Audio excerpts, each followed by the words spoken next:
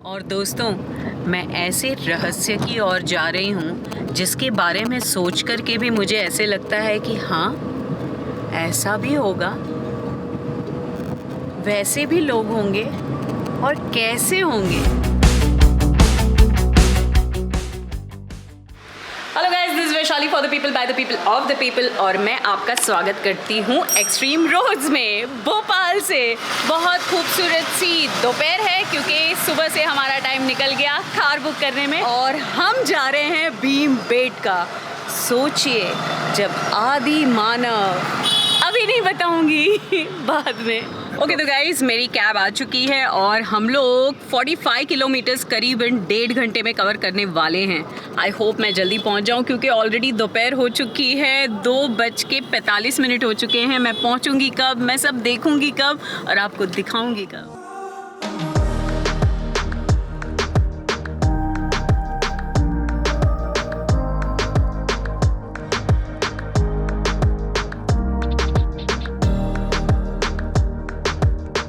मुझे बहुत ही अच्छा लगा यहाँ पर भोपाल में। यहाँ पे साइकिलिस्ट के लिए सेपरेट रोड पे जो है सेक्शन बनाया गया है, जो कि होना चाहिए। बहुत सारी जगहों पे बहुत ही पतला लेन होता है, लेकिन यहाँ पे कम से कम मुझे लगता है कि 10 फीट का बराबर से बनाया हुआ है। और ये जो साइकिलिस्ट के लिए जो रोड है वो हुसैनाबाद में है और बरकतुल्लाह यूनिवर्सिटी के सामने ही है।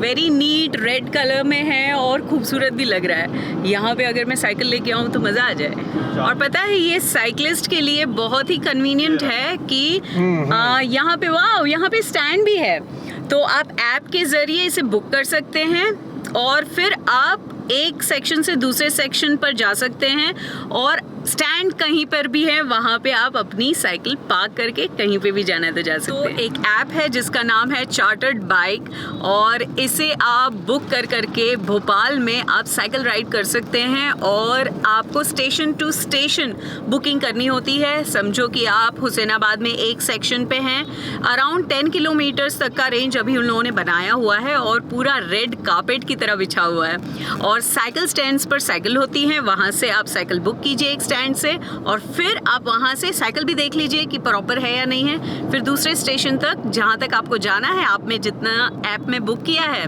और वहाँ तक आप अपने स्टेशन पे वापस पार्क कर सकते हैं। अगेन दूसरा बंदा वहाँ से उठा सकता है और कहीं और लेके जा सकता है। This is a eco friendly way of transportation और इस तरीके से अगर स्मार्ट सिटी वर्क करता है, और ये स्मार्ट सिटी के अंतर्गत ये शुरू की हुई है मुहिम, और इसकी वजह से क्या है कि व्हीकल्स कम होंगे रोड पर, पॉल्यूशन कम होगा और हम इको फ्रेंडली वे में ट्रांसपोर्टेशन यूज़ कर पाएंगे। This is nice.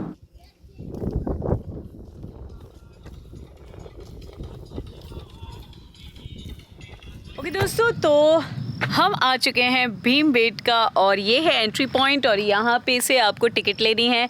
तो बस की अलग फेयर है, कार के अलग फेयर हैं, 2 व्हीलर्स के अलग फेयर हैं। तो मिनी बस के हैं 600 रुपीज़, लाइट व्हीकल के 300, अगर आप ऑटो में जाते तो 200 और 2 व्हीलर के 100 और 25 रुपीज़ पर पर्सन अगर आप 11 नंबर की गाड़ी से जाते हैं।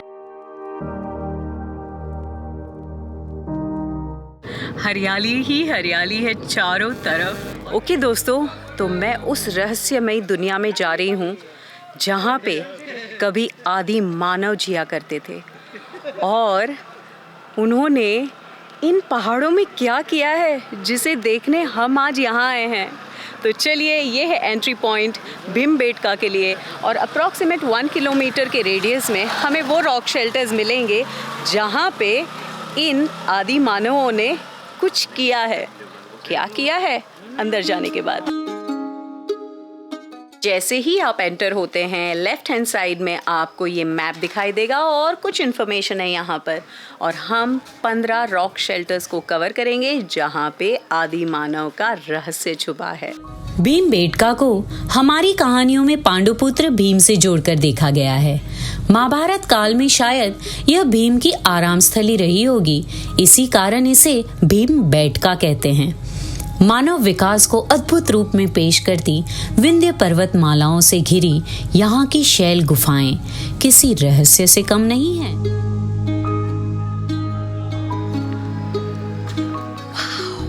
एक बहुत बड़ा रॉक है और उसमें बहुत ही ह्यूज रॉक शेल्टर है। अब्दुल्ला गंज में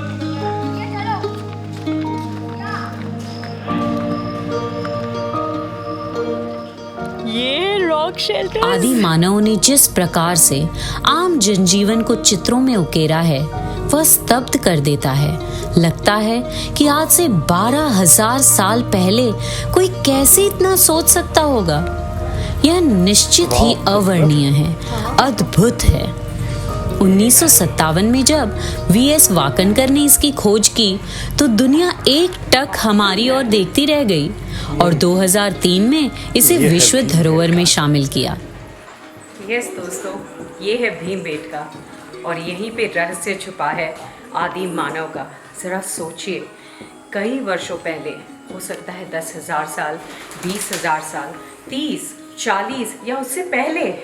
तो दोस्तों, ये पीछे जो कॉरिडोर आपको दिखाई दे रहा है उसे कहते हैं ऑडिटोरियम केव और ये 39 मीटर्स लॉन्ग है और 4 मीटर्स वाइड है और इसकी हाइट जो है करीबन 17 मीटर्स है। और इस रॉक शेल्टर में आपको दिखाई देंगे बफेलोज, दिखाई देंगे बुल्स, दिखाई देंगे आपको पिकॉक, दिखाई देंगे आपको बच्चों के हाथ दिखाई देंगे और बहुत सारी चीज़ें। यहाँ पर एंटिक्विटीज़ भी मिली हैं जो कि करीबन लोअर पैलियोलिथिक टूल्स हैं, फिर मिडिल पैलियोलिथिक टूल्स मिले हैं और अपर और लोअर पैलियोलिथिक स्क्रैपर्स भी मिले हैं यहाँ पर, और मेसोलिथिक और नियोलिथिक पीरियड के भी टूल्स मिले हैं। कहाँ से बताऊँ? यहाँ से।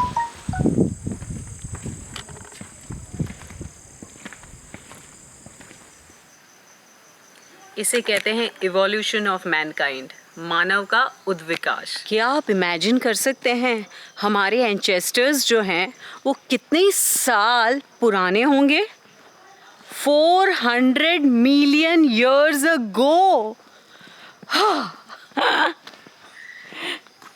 और हम उन्हीं की जनरेशन है जो आज तक चलते जा रहे हैं। लेकिन हमने क्या विकास किया और उन्होंने क्या विकास किया? सोचो उनका ब्रेन कितना चल रहा होगा कि उनकी की हुई कलाकृतियों को हम आज यहाँ देखने के लिए आ रहे हैं।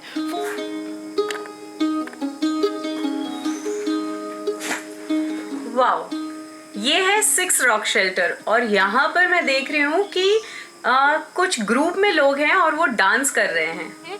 एक जगह पर मुझे दिख रहा है कि शायद किसी जानवर पर बैठा हुआ है आदमी और तीर चला रहा है, लेकिन वो भी मुझे लग रहा है it is part of that dance rituals. ऊपर की तरफ भी है जानवर है, कुछ जानवर हैं।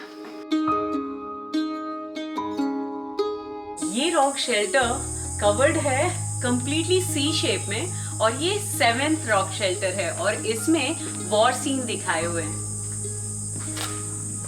भाला है, घोड़ा है,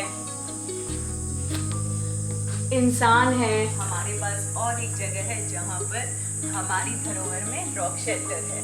भीमबेटका प्राचीन सभ्यता का वह रंगीन पहलू है जिसमें हमारे पूर्वजों की मानसिक समृद्धि झलकती है।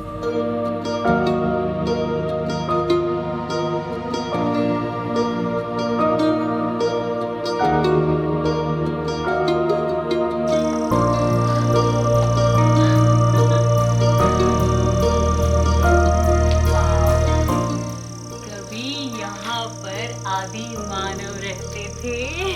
वाह!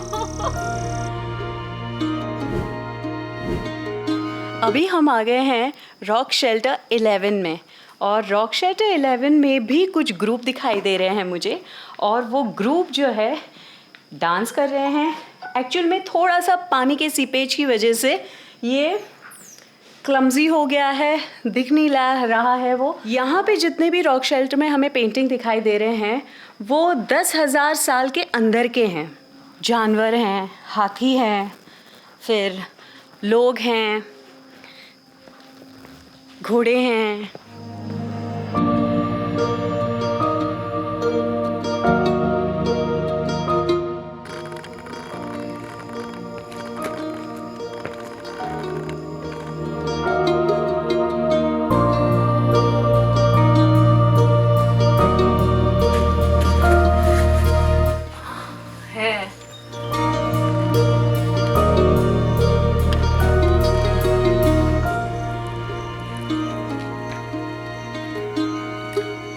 और अभी जो रॉक शेल्टर मैं आपको बताने जा रही हूँ वो है जिसे हम आजकल खाते हैं मशरूम। ये है मशरूम शेप का रॉक शेल्टर। यस,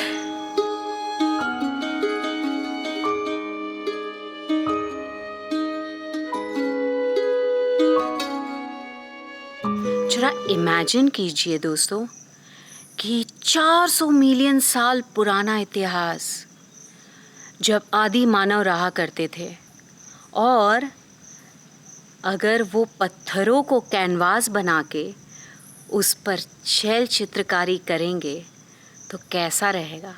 तो उस ज़माने में वो लोग रॉक शेल्टर्स को कैनवास बनाते थे और उसमें चित्रकारी करते थे। शैल चित्रकारी का अद्भुत नमूना इन रॉक शेल्टर्स में। वाओ!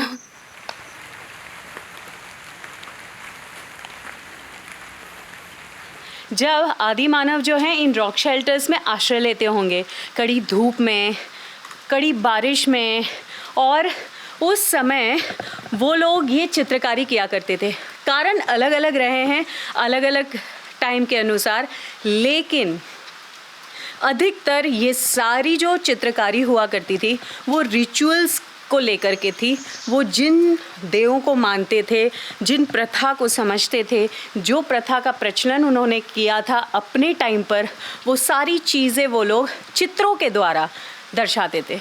और ये एक एजुकेशन भी होता था इनके द्वारा। वो अपनी जनरेशन को बहुत सारी चीज़ें सिखाते भी थे। और कई जगहों पर दोस्तों वॉर सीन भी है, मतलब उनके दिनचर्या में या उनकी लाइफ में जो जो चीज़ें होती थी वो लोग वो चीज़ों का भी चित्रण करते थे। और कई जगहों पर मैंने देखा कि हंटिंग भी हो रही है, तीर कमान है, कोई जो है घोड़े के ऊपर है, कहीं जानवर है, और कहीं पे म्यूज़िकल इवेंट्स हुआ करते थे, जैसे कि हमने जमघट में देखा ग्रुप में। सोचिए आज भी ये सारे पेंटिंग्स अच्छी तरीके से है। आज आप पेंट करो अपने पेपर के अंदर, कितने साल रहते हैं देखते हैं। प्रकृति का कोई जवाब नहीं है। भीनी भीनी मिट्टी की खुशबू और उसमें लहलाते हुए ये हरे भरे पत्ते, और ये चुपचाप खड़े शांत रॉक शेल्टर्स। अब मैं इसके बीच से चली जाऊं।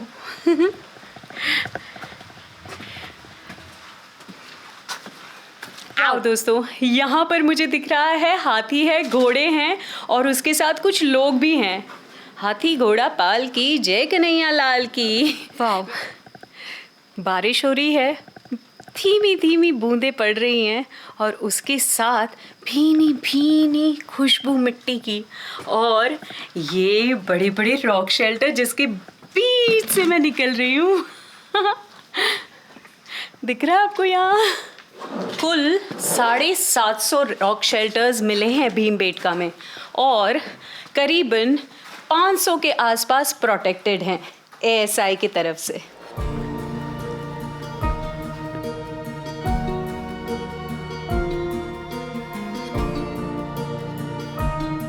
और दोस्तों ये है व्यू पॉइंट जहाँ से आपको पूरी वैली टाइप्स दिखाई देगा।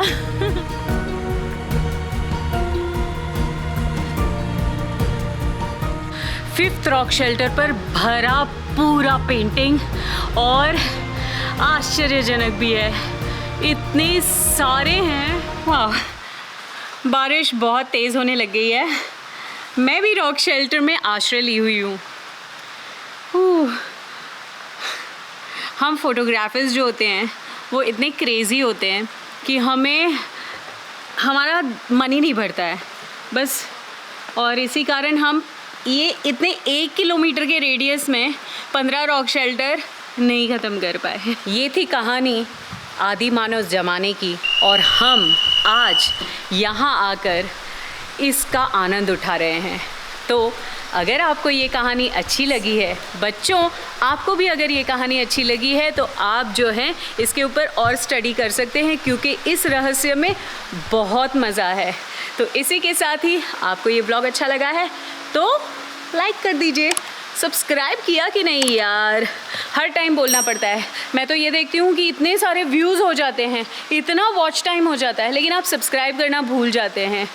और कमेंट भी कीजिएगा, इंस्टाग्राम और ट्विटर पर आइएगा ज़रूर, फॉलो भी कीजिएगा और www.extremeroads.com पर हमारे साथ बने रहिएगा। आपने वेबसाइट हमारी चेक की या नहीं की? उस पर हम लोग ब्लॉग्स भी लिख रहे हैं। ये है गुफा।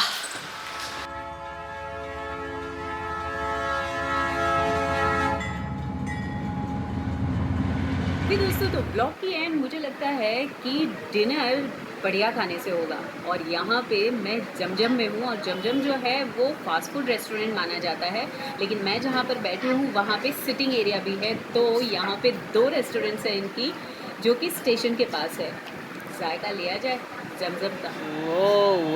वो दिव्या अभी दोनों हाथों से चाटने वाला है। हाँ, एक्चुअली विशेषता ये है कि अभी मैंने मंगाया है बटर रोटी, मतलब तंदूरी रोटी, और एक रुमाली रोटी, और साथ में है मटन रोगन जोश एंड जोसे अकबरी, दोनों को मिक्स करके बनाया गया है, जो यहाँ का स्पेशलिटीज़ है जिमजिम का।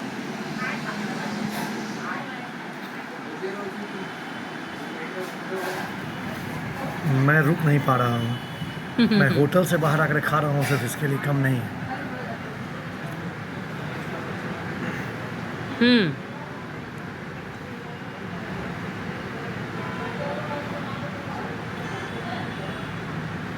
बहुत ही सटल फ्लेवर है, काजू है, लेकिन मिर्च का भी थोड़ा तड़का है, मतलब थोड़ा स्पाइसी है, और गजब का फ्लेवर है, मतलब लिटरली इट्स बहुत यूनिक, मज़ा आ रहा है खाने में। वाह वसूल।